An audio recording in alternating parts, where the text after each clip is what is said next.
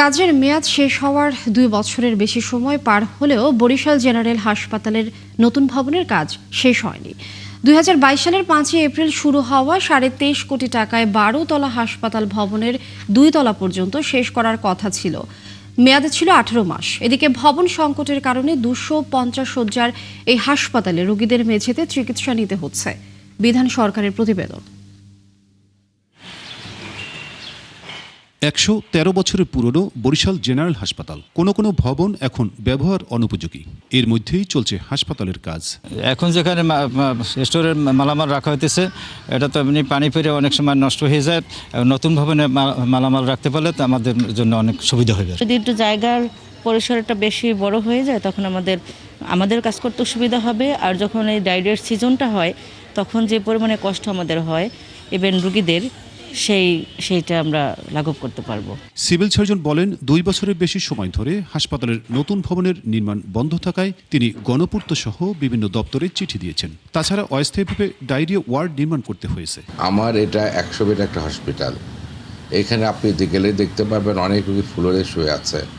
আমার bed occupancy rate অনেক বেশি। অথচ মেয়াদ শেষ হয়ে গেলেও নতুন ভবন নির্মাণ শেষ হয়নি। এ নিয়ে গণপূর্ত বিভাগের নির্বাহী প্রকৌশলী জানান, প্রকল্পের টাকা কেটে নেওয়ার কারণে তারা কাজ শেষ করতে পারেননি। এই প্রকল্পের কাজটি যে সকল অঙ্গ বাকি ছিল সেই অঙ্গগুলোর কাজ সুন্দরভাবে দ্রুততার সহিত সমাপ্ত করে আমরা আশা করছি যে ২৬শে জুনের মধ্যে আমরা ইনশাল্লাহ সকল অঙ্গের কাজ সম্পন্ন করে প্রত্যেক সংস্থার নিকট হস্তান্তর করতে পারবো। কাগজে কলমে ২৫০ শয্যা বলা হলেও মূলত বেড সংখ্যা ১০০ই রয়েছে। অন্যান্য সুবিধাও ১০০ শয্যার। এখানে প্রতিদিন গড়ে ১২৬ জন রোগী ভর্তি হয়। বিধান সরকার, ৭১, বরিশাল।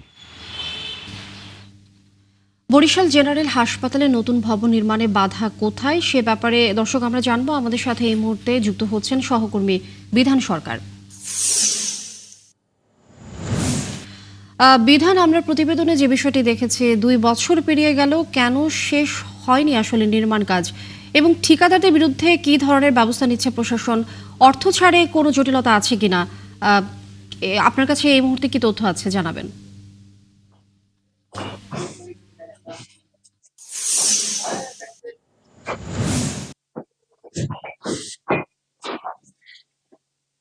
লিনিয়া, এটি একেবারে আপনাকে বলতে পারি ১৯১২ সালে প্রতিষ্ঠিত এই হাসপাতালটি, যার বয়স ১৩০ বছর। এবং এই হাসপাতালটির যে ভবনগুলো রয়েছে, যে ৫টি ভবন, তার মধ্যে ৩টি ভবনই আপনার পুরনো।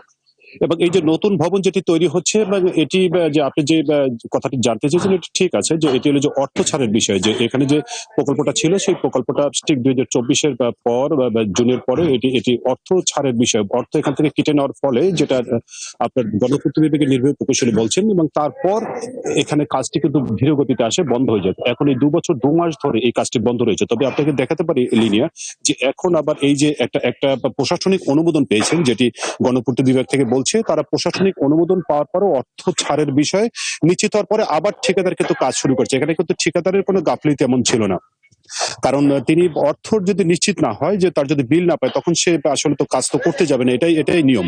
তবে এখন কিন্তু এই দিন ১০ হলো কাজ আবার ফের শুরু করেছে। তারা যেহেতু প্রশাসনিকভাবে একটা অর্থ বরাদ্দের একটা নিশ্চয়তা পেয়েছে, তারপর কিন্তু এই কাজটি শুরু করেছে।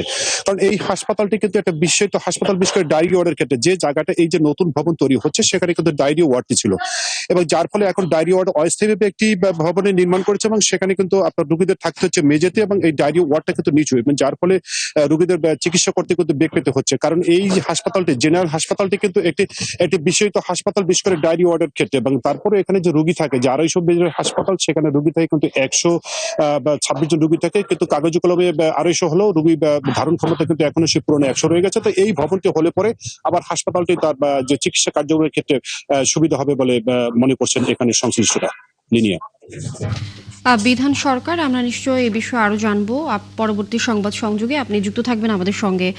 দর্শক, বরিশাল জেনারেল হাসপাতাল থেকে আমাদের সহকর্মী বিধান সরকার যুক্ত ছিলেন। আমরা জানছিলাম সেখানকার পরিস্থিতি।